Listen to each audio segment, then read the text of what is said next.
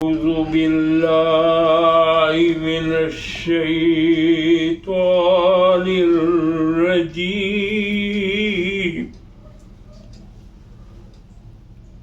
بسم الله الرحمن الرحيم.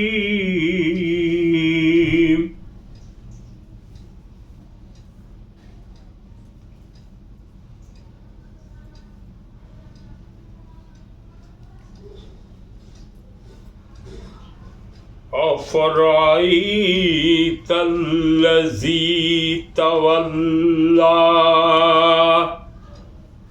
وآتى قليلا وأكدى وعنده علم الغيب وهو يرى أم لم ينبأ بما في صحف موسى وإبراهيم الذي وفى ألا تزر وازرة وزر أخرى وأن ليس للإنسان إلا ما سعى وأن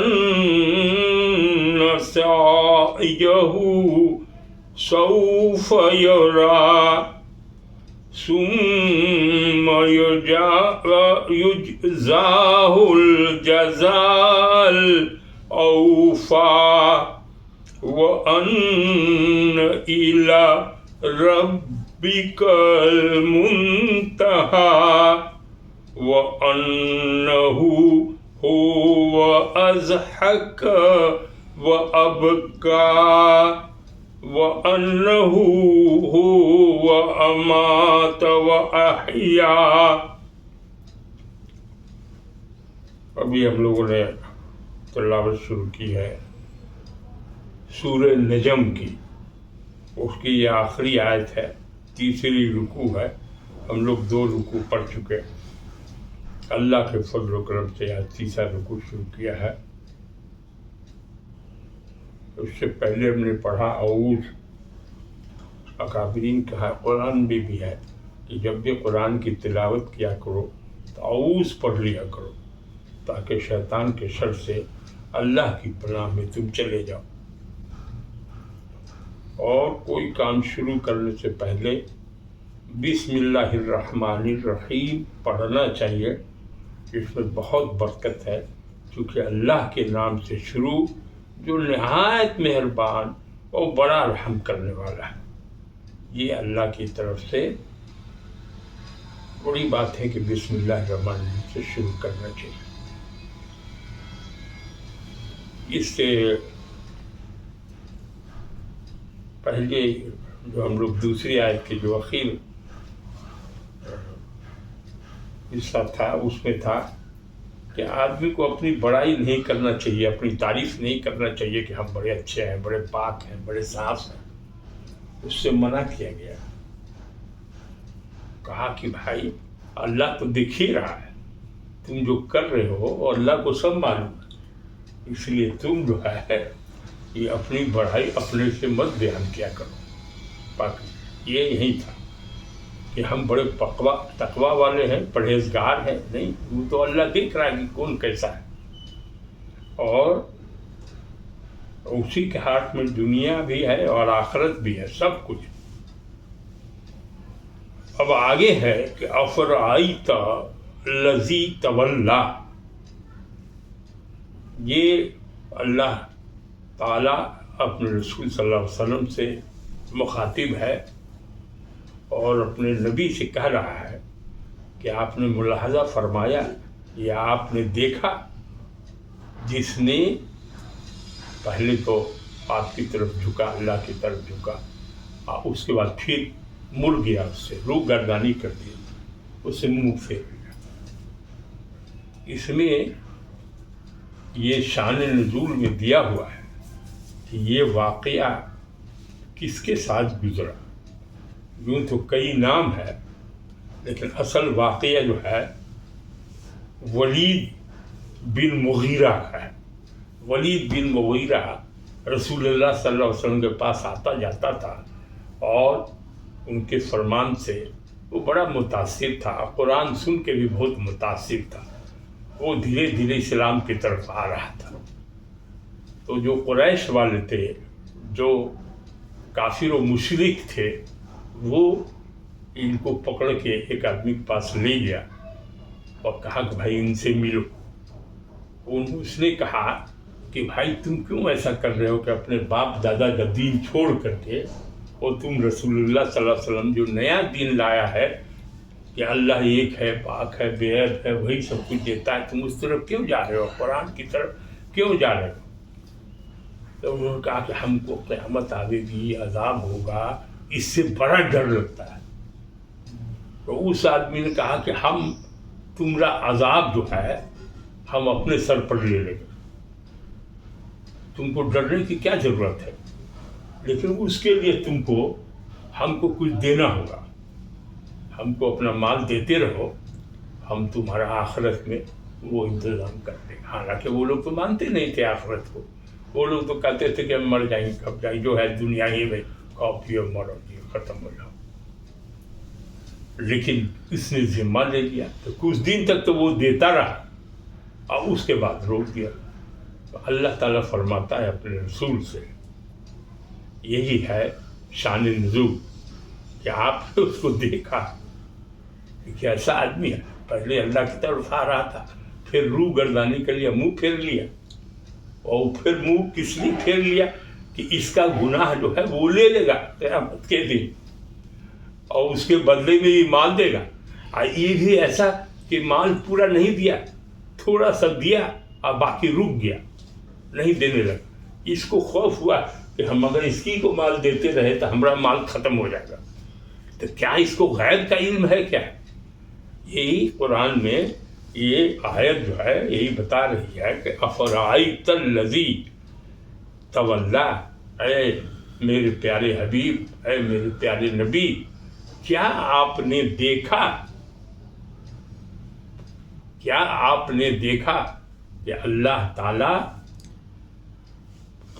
جس آدمی کو پیدا کرتا ہے اور قرآن آپ کو دیا گیا، آپ قرآن سنا رہے ہیں، قرآن سے روح سے جو غلط کام کرے گا اس کو سزا ملے گی، اس کا گناہ دوسرا کیسے لے لے گا؟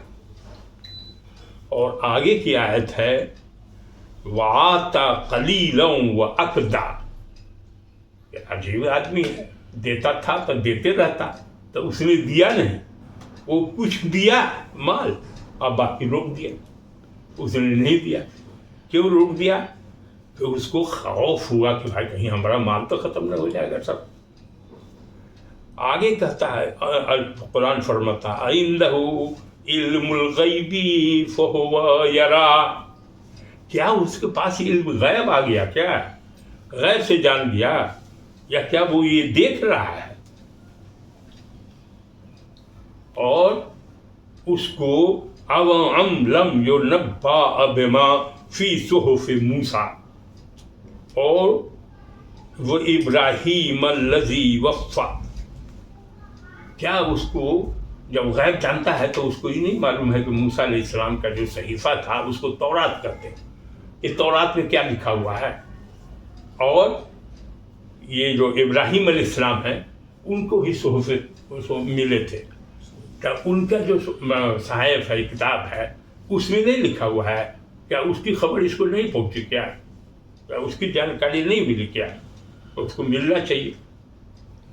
اب اسی میں یہ اس آدمی کو وہ اسی پر کہا جا رہا ہے کہ کفار مکہ کو بے فکری اور دین کے بے خبری اور جہالت جو ہے اس سے اس کو اطلاع دی جا رہی ہے. کیا دی جا رہی ہے؟ کہ صاحب یہ غیب کا علم تو صرف اللہ کو ہے، اس کو کیا غیب کا علم آ جائے گا؟ یہ سب جہالت ہے. اور اس کے بعد آگے کہا ہے کہ بھائی آدمی اللہ کی راہ میں اگر کچھ خرچ کرنا چاہتا ہے تو کرتا جائے، اس کے لیے فکر نہیں کرنا چاہیے کہ ہمارا مال ختم ہو جائے گا، اللہ دینے والا ہے۔ اس کی ایک حدیث یہاں بیان ہوئی ہے کہ حق تعالیٰ و شان نے ارشاد فرمایا ما انفقتم من شیء فهو یخلفه وهو خیر الرازقین، یعنی تم جو کچھ خرچ کرتے ہو اللہ تعالیٰ اس کا بدل تمہیں دے دیتے ہیں اور وہ سب سے بہتر رزق دینے والا ہے۔ یہ قرآن کی آیت ہے کہ اللہ سب سے بہتر رزق دینے والا ہے، اور جو کچھ تم اللہ کی راہ میں خرچ کرو گے نا اللہ اس سے بہتر چیز دے دے گا تم کو۔ اس کے لیے یہ نہیں کہ کیا ہوگا میرا سب ختم ہو جائے گا میرے پاس، یہ نہیں سن۔ اسی طرح سے ایک حدیث ہے جس میں رسول اللہ صلی اللہ علیہ وسلم نے حضرت بلال سے فرمایا ہے کہ انفق یا بلال ولا تخش من ذل عرش اقلالا، یعنی اے بلال اللہ کی راہ میں خرچ کرتے رہو اور عرش والے اللہ کی طرف سے اس کا خطرہ نہ رکھو کہ وہ تمہیں مفلس کر دے گا، نہیں، اللہ اور دے گا، جتنا خرچہ کرو گے دیتا جائے گا، گھٹتا نہیں۔ اور آگے جو ہم نے کہا کہ بھائی کیا اس کو یہ نہیں پہنچا کہ سب ختم ہو جائے گا یا یہ ہوگا۔ موسیٰ علیہ السلام میں تھا ام لم ينبأ بما فی صحف موسیٰ و ابراہیم الذی وفا، کہ موسیٰ علیہ السلام کا جو صحیفہ تھا اس کا نام تھا توریت، اس میں جو لکھا ہوا ہے کیا اس کو معلوم نہیں ہے، اور حضرت ابراہیم علیہ السلام کا صحیفہ ہے جو اب نہیں پایا جاتا ہے، اور صرف قرآن نے اس کا ذکر کیا ہے 2 مقام پر صحف ابراہیم کی تعلیم کے بعد، کہا کہ یہ بھی نہیں پہنچا۔ تو اس حساب سے ہے کہ کوئی آدمی ایک شخص کے فعل کی ذمہ داری دوسرے کے ساتھ نہیں ڈالی جا سکتی، اور اس کا مطلب کیا ہوا، اور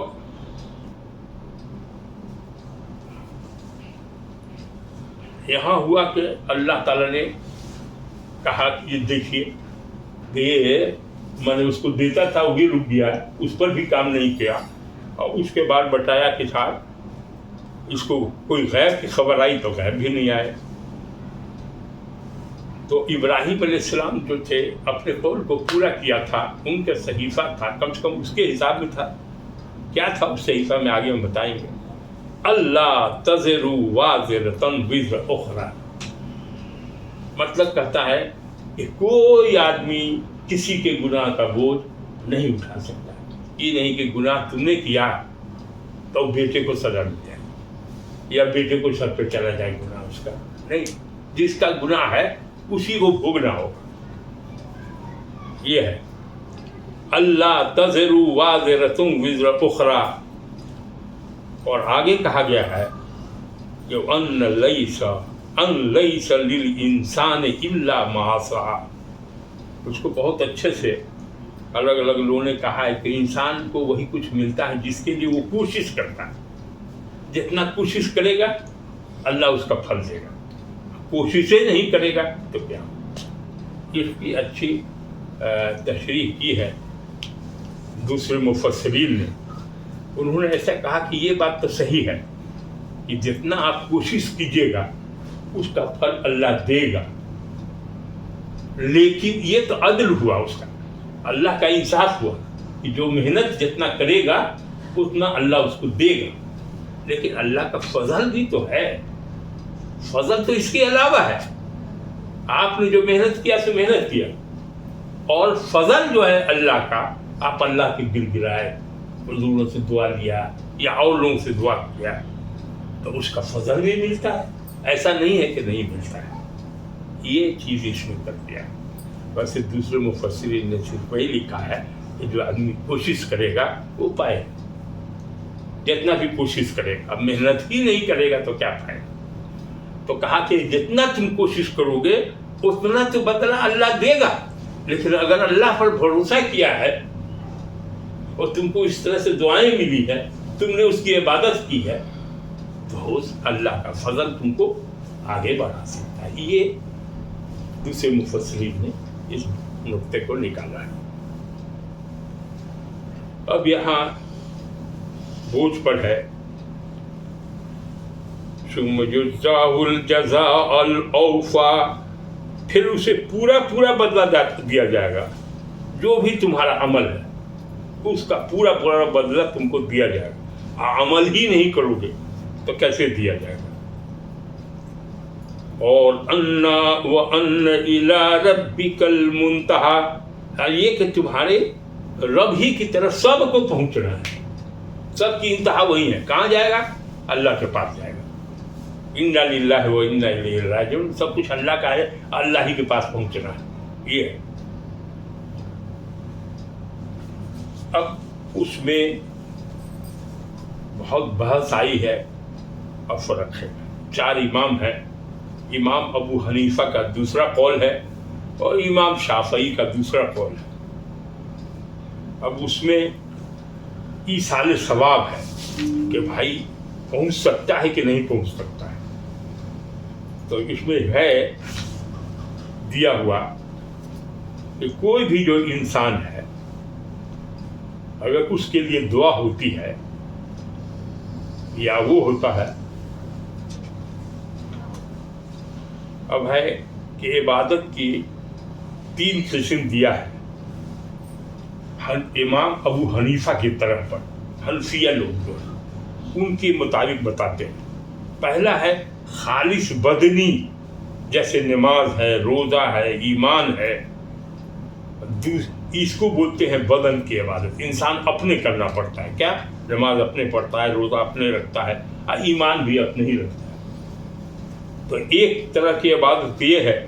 دوسرے ہے خالص مالی، ایک تو اپنی جان سے اللہ کی عبادت کرنا، اور دوسرا ہے آپ کے پاس مال ہے تو مال دینا اس کا، جیسے صدقہ، زکوٰۃ کرنا، صدقہ کرنا، یہ بڑے ثواب کا کام ہے۔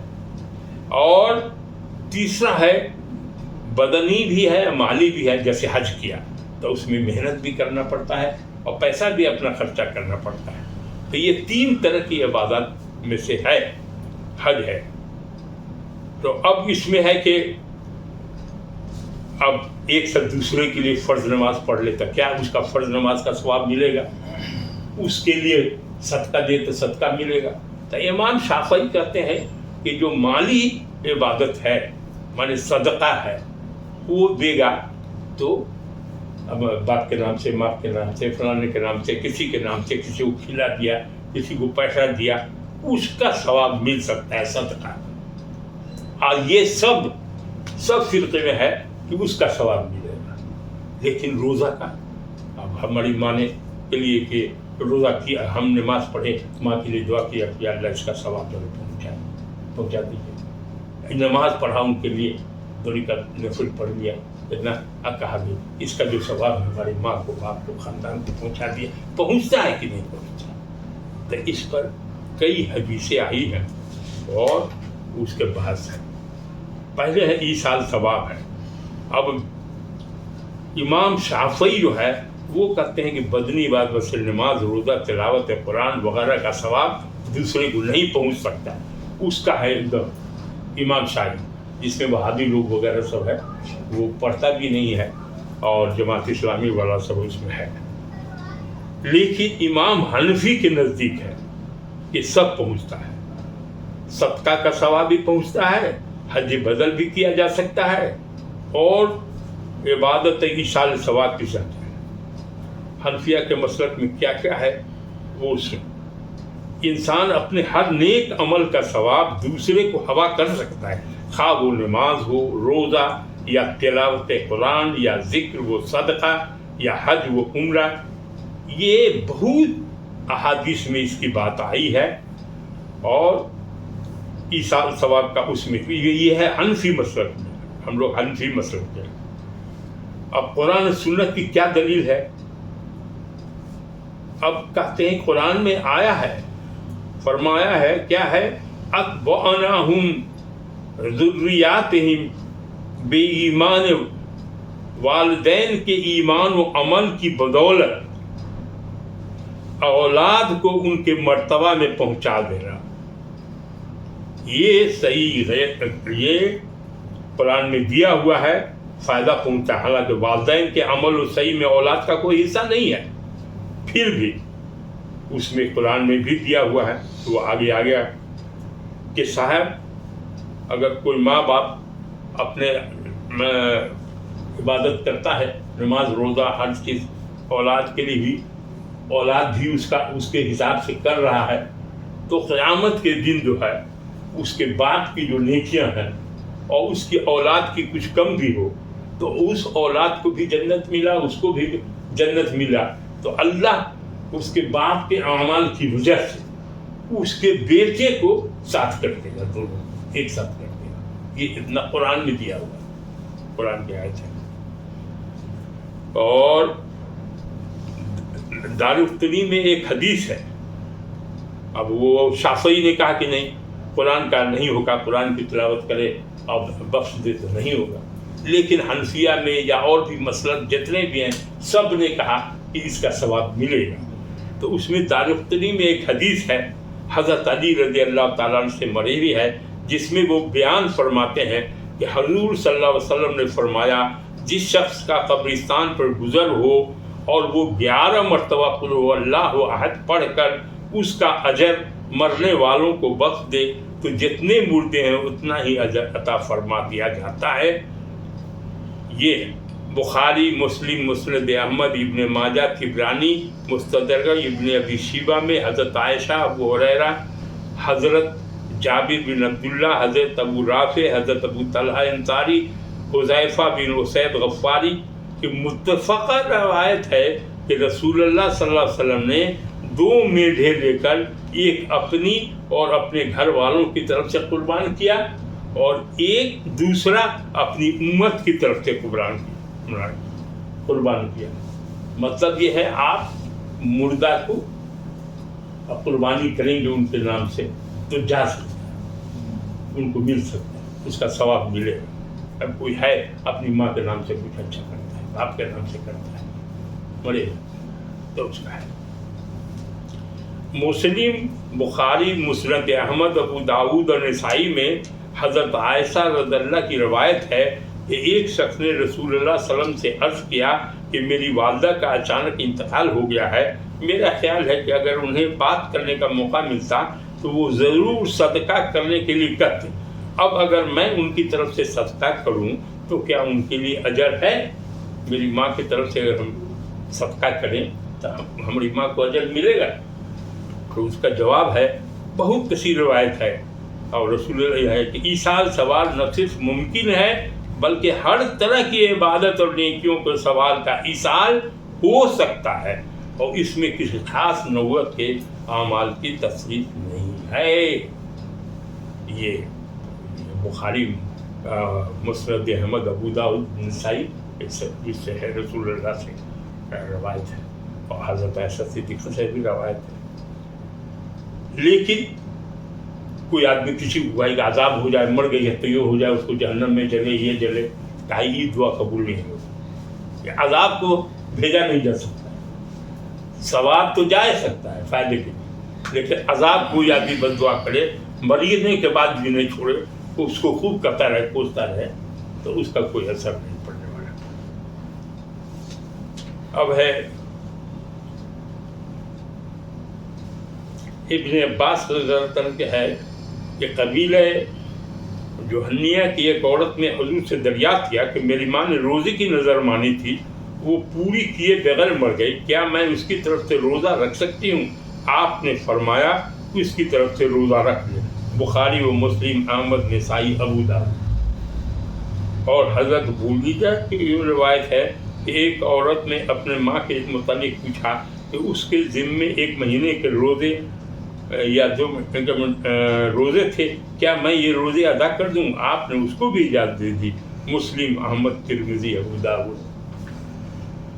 اور حضرت عائشہ کی روایت ہے کہ رسول اللہ صلی اللہ علیہ وسلم نے فرمایا من مات علیہ صیام صام ان ولیہ، جو شخص مر جائے اور اس کے ذمے کچھ روزے ہوں تو اس کی طرف سے اس کا ولی روزہ رکھ لے. بخاری، مسلم، احمد. تو اس طرح سے ہے. تو دو طرح کی بات ہو گئی. ایک تو بات یہ ہو گئی کہ جو لوگ شافعی لوگ ہیں وہ اس کو نہیں مانتے ہیں. باقی جتنے لوگ ہیں سب تلاوت قرآن اس کا ثواب جائے گا. جو صدقہ کرتا ہے وہ تو سب مانتے ہیں کہ صدقہ جائے گا، خرچ کر دیا. اور ایسے بھی ہے کوئی بیمار ہے اس کے نام سے صدقہ کر دو تو دعا کرو تو وہ اللہ تعالیٰ شفا دے دیتا ہے. وہ ایک کلیئر ہو گیا. اب آگے ہے. ہاں، اور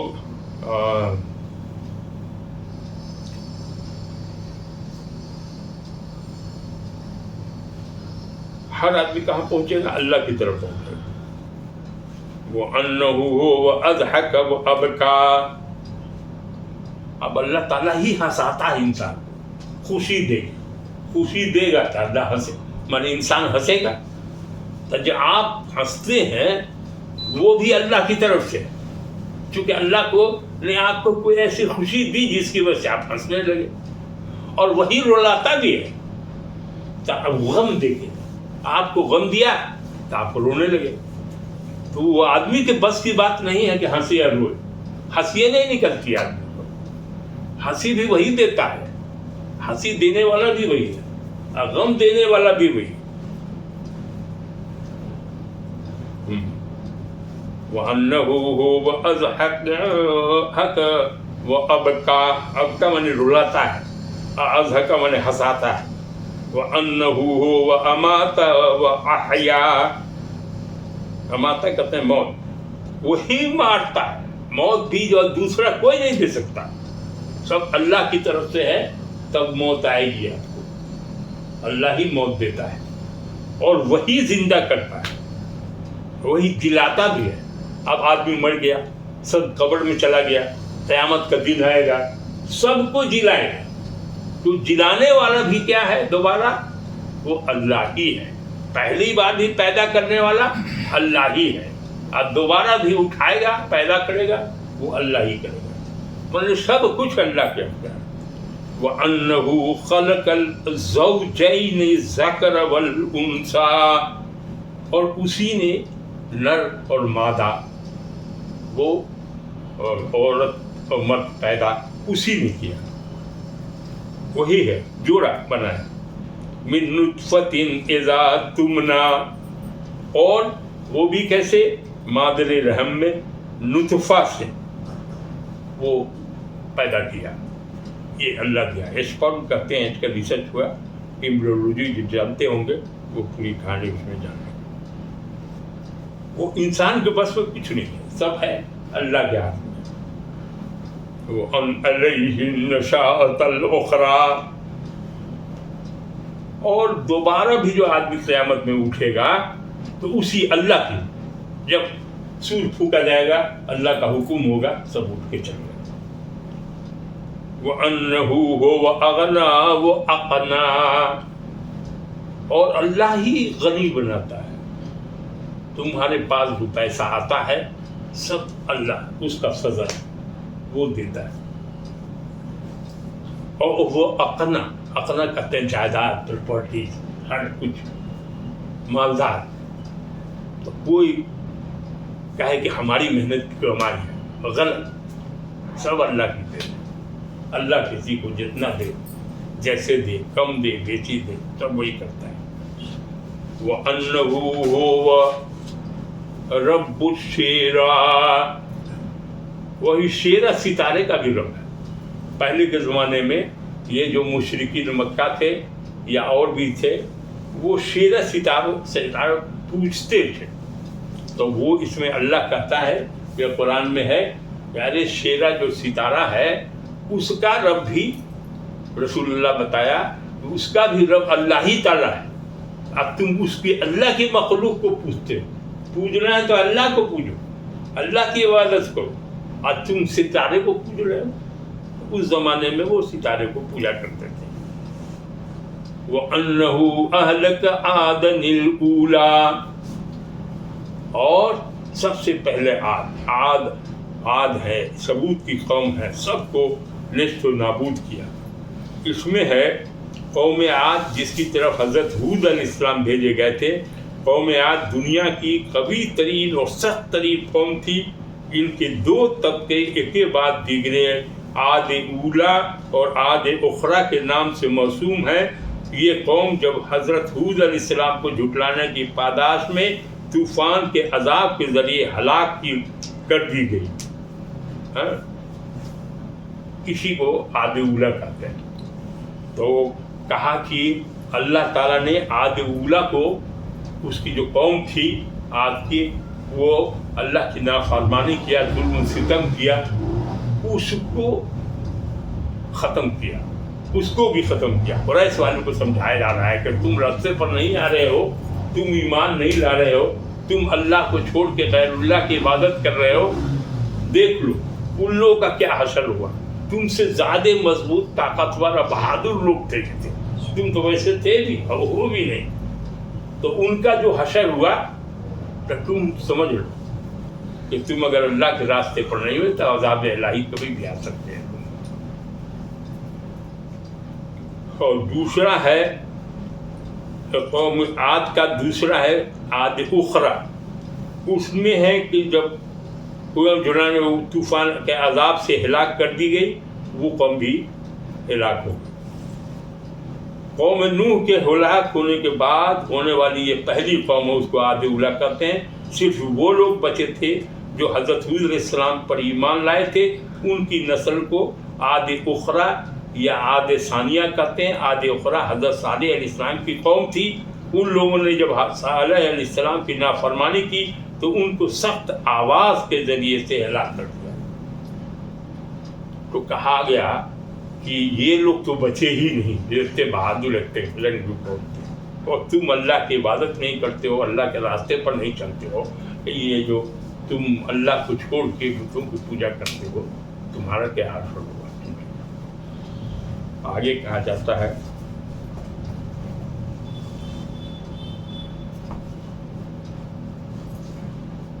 بے شک وہ بڑے ظالم اور بہت شرکس قوم تھے۔ اب اس کا ہے نوح کا ذکر۔ نوح علیہ السلام کا سب لوگ پہلے ہم لوگ پڑھ چکے ہیں کہ نوح علیہ السلام کے زمانے میں بھی بڑے شرکت، 950 برس نوح علیہ السلام کی عمر تھی، اور لوگوں کو سمجھاتے رہے، اور کوئی آدمی رستے پر آنے والا نہیں ہوا۔ تب ہوا کشتی بنانے کا حکم ہوا، اس پر سوار ہوئے، ایک جوڑا سب رکھا گیا، اور اس کے بعد میں اتنا بڑا طوفان آیا، طوفان نوح کرتے ہیں، تو وہ سب بھی ختم ہو گئے۔ تب نوح بھی ختم ہو گئے۔ اس کا لوط علیہ السلام کا ذکر آیا ہے کہ لوط علیہ السلام کو بھی وہاں ان کی بستی کو الٹ دیا گیا تھا، اور پھر کہتا ہے فغشاها ما غشا، اور پتھروں سے اتنی بارش ہوگی کہ اسی میں وہ ڈوب گیا۔ فَبِأَيِّ آلَاءِ رَبِّكُمَا تَتَمَارَا، تتمارا کہتے ہیں شک کرنے کو۔ کہتا ہے اے انسان، اللہ تعالیٰ کی جو اتنی نعمت ہے، کس کا مانے تم شک کرو، کس پر شک کرو گے؟ اللہ کی بات پہ یا اس کی نعمت پر۔ ھذا نذیر من نذر الاولی، کہا کہ بھائی یہ جو اللہ کے رسول ہیں تم نہیں مانتے ہو ان کو، کہتے ہو کہ بڑکا آدمی سب کو کیوں نہیں بنایا، یہ غریب گھرانے کے آدمی کو بنا دیا، ان کو اتنا ہے بھی نہیں، طاقت بھی نہیں، زور بھی نہیں، تو رسول تمہارے اس میں نہیں نہ بنتا ہے، رسول اللہ بناتا ہے، یہ کوئی محنت سے کوئی رسول تھوڑی ہو سکتا ہے، نہیں ہو سکتا۔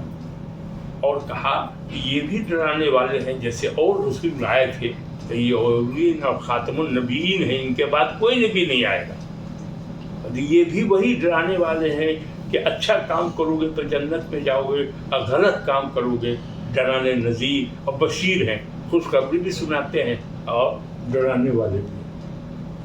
تو یہ کوئی نئے نہیں ہے، یہ اسی نبیوں کی کڑی میں سے ہے۔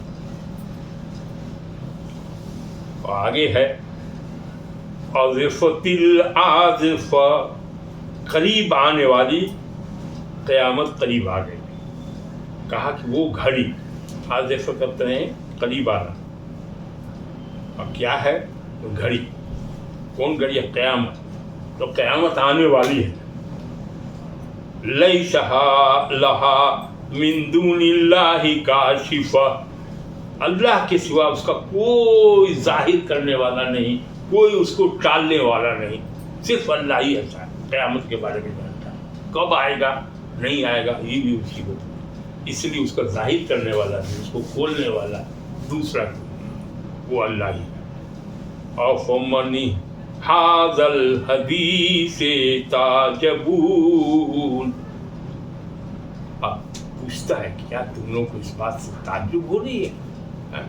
ایک قیامت ہو جائے گی اور سب لوگ جو ہے تو مرے گا پہلے سب آ جائے گا وہاں حساب کتاب ہوگا، کیا شک ہو رہی ہے؟ وَتَضْحَكُونَ وَلَا تَبْكُونَ، ارے تم جو بدعنوانی کر رہے ہو اس پر تم کو رونا چاہیے، اس کے بدلے تم کیا کر رہے ہو؟ ہنس رہے، خوشیاں منا رہے. وہ تضحکون کہتے ہیں ہنسنے، ہنس رہے. اور تبکون کہتے ہیں روتے، رونا. تو تم کو رونا چاہیے تو رونے کے بدلے ہنس رہے. وَأَنْتُمْ سَامِدُونَ، اور تم غافل بنے. کسی نے کہا کہ گانا بجانے میں لگے، اور جب قرآن پڑھا جاتا تھا تو بچوں کو کہہ دیتے تھے گانا گاتا تھا، شور کرتا تھا تاکہ سنائی نہ دے، ان کے کان میں نہ جائے، روح بھی ٹھوس لیتے تھے اپنے کان. اب یہاں جو آیت تیاری ہوئی ہے اس میں آیت سجدہ ہے، اور اس کے بعد سب لوگ اپنا سجدہ کریں گے. فَاسْجُدْ لِلَّهِ وَاعْبُدْ، یہ آخری جملہ ہے. پس تم اللہ کے آگے سجدہ کرو اور اسی کی عبادت کرو. کس کی عبادت کرو؟ اللہ کی عبادت کرو. یہ اتنے تک آپ پڑھنے کا مطلب یہ ہے کہ اللہ کی عبادت کرو. اب اس میں دو بات ہے کہ اس سورے کو جب مکہ میں کھل کے پڑھا، سب وہ لوگ قریشی تھے اور یہ تھے، خالی مسلمان کے سامنے نہیں، سب تھے. جب یہ سورہ نجم پڑھی گئی اور یہاں پر آئے وسجد وہ عابدون والے اس میں، تو سب لوگوں نے سرکار صلی اللہ علیہ وسلم سجدہ کیا. جتنے مسلمان تھے انہوں نے کیا ہی، جتنے مشرک تھے کافر تھے وہ بھی سجدے میں گر گئے. اتنا فورس تھا اس آیت، اس قرآن کے جملے سب لوگوں نے کر دیا. اس میں ایک آدمی نہیں کیا جس کے بارے میں بتایا تھا، اس آدمی کا نام وہ بھی بتایا تھا ہم نے کہ اس نے وہ زمین سے مٹی اٹھا کے اپنے سر پہ رکھ لیا اور سجدہ نہیں کیا. تو وہ جو ہے مارا گیا، کسی کوئی کپتان شیر نے چیٹ دیا اور بہت بری موت. اس کافر ہی مرا، مسلمان نہیں. وہ سب پہلے بتا چکا.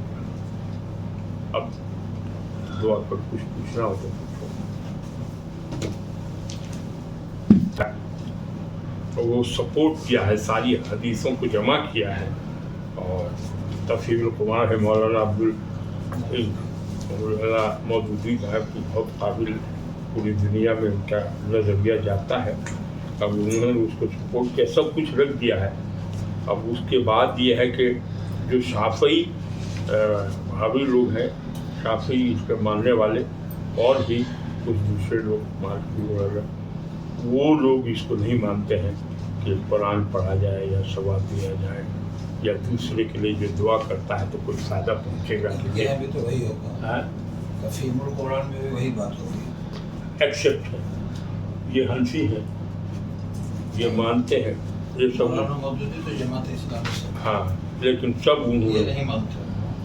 کیوں نہیں مانے؟ جماعت اسلامی ماننا ہی ہوگا، وہ نہیں مان کر. یہ لکھا ہوا ہے بخلاف اس کے اہل سنت ایک شخص کے لیے دوسرے کی دعا کے نافع ہونے کو بالاتفاق مانتے ہیں، کیونکہ وہ قرآن سے ثابت ہے. البتہ ایصال ثواب اور نیابتاً دوسرے کی طرف سے کسی نیک کام کے نافع ہونے میں ان کے دعا درمیان اصولاً نہیں بلکہ صرف تفصیلات میں اختلاف. نہیں ہے کہ شافعی تھوڑی ہیں. ایصال ثواب یہ ہے کہ ایک شخص کوئی نیک عمل کر کے اللہ سے دعا کرے کہ اس کا اجر و ثواب کسی دوسرے شخص کو عطا فرما دیا جائے. ہم لوگ یہی نہیں کرتے. ہم لوگ کو پاور نہیں ہے بھیجنے کا، لیکن اللہ سے کرتے ہیں کہ اللہ ہم نے یہ جو کچھ عبادت کیا ہے اس کا ثواب ہمارے ماں باپ کو بخش دیجیے، عطا کر دیجیے. وہ یہی ہے. اس مسئلے میں امام مالک اور امام شافعی فرماتے ہیں کہ خالی بدنی عبادت مثلا نماز، روزہ اور تلاوت قرآن وغیرہ ثواب دوسرے کو نہیں پہنچتا، البتہ مالی عبادت مثلا صدقہ یا مالی و بدنی مول حج کا پہنچتا ہے. دونوں کی وضاحت کر دی ہے. دونوں کو وضاحت کیا.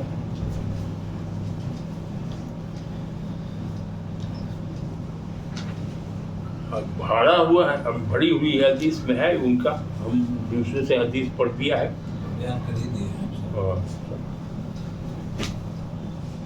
سب سے بڑی بات ہے کام اچھا کرتے رہو کہ اچھا کام کیجیے، جو قرآن سنت میں بحث میں مت پڑھیے اور اللہ کی بات کریے. ضرور شریف پڑھیے.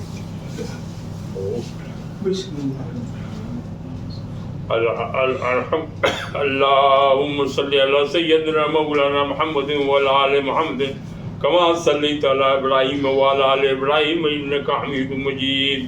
اللہم بارک علی محمد وعلی آل محمد کما بارکت علی ابراہیم وعلی آل ابراہیم انک حمید مجید. اے اللہ، ہم لوگوں نے یہ قرآن مجید کی تلاوت کی، اس میں جو خامی رہ گئی ہو، کمی رہ گئی ہو، اور جو تفسیر بیان کیا اس میں جو کمی رہ گئی ہو، اس کو اپنے فضل و کرم سے اس کو دور کر کے غلطیوں کو معاف کرتے ہوئے اس کا جو ثواب ہے سرکار صلی اللہ علیہ وسلم کو بخش دیا جائے، ان کے آل کو، ان کے اصحاب کو، ان کے ازواج کو، اور جتنے مومن مومنات ہیں ان کو، یہاں مجلس میں جتنے لوگ بیٹھے ہیں ان کے پورے خان وادے کو، ان کو وہ پوری جو لوگ بھی سنیں گے یا جو لوگ بھی ہمارے اس یوٹیوب میں یا اور بھی کہیں بھی فیس بک میں جو کچھ بھی اس تفسیر کو سنیں گے، اللہ ان سب کے ماں باپ، خاندان والے جتنے بھی لوگ ہیں سب لوگوں کو دین کے راستے میں چلنے کی توفیق دیا جائے، قرآن پڑھنے کی توفیق دیا جائے، نماز پڑھنے کی توفیق کیا جائے، صراط مستقیم پر چلنے کی توفیق دیا جائے. اے اللہ ربنا آتنا فی الدنیا حسنۃ وفی الآخرۃ حسنۃ وقنا عذاب النار. اللہ جو لوگ امتحان میں، اللہ ان کو کامیابی، بھرپور کامیابی عطا کر. اے اللہ جو لوگ بے روزگار ہیں ان کو روزگار لگا دیں. اے اللہ جو لوگ بزنس کر رہے ہیں اس میں بزنس بڑھ کر دیجیے. اے اللہ جو لوگ بھٹکے ہوئے ہیں، کہیں بھی ہیں، کسی میں ہیں، سب کو تو جانا ہے اللہ کے پاس، حساب کتاب ہوگا. ان سب کو ہدایت دیجیے اور اللہ کے دین کی طرف راغب ہونے کی توفیق عطا فرمائے. اے اللہ حرام روزی سے بچائیے، حلال روزی عطا کر دیجیے. جھوٹ سے بچائیے، غیبت سے بچائیے، فریب سے بچائیے، چغلی سے بچائیے. یا اللہ جتنے بھی سیئات ہیں اس سے بچا دیجیے اور حسنات کی طرف راغب کر دیجیے.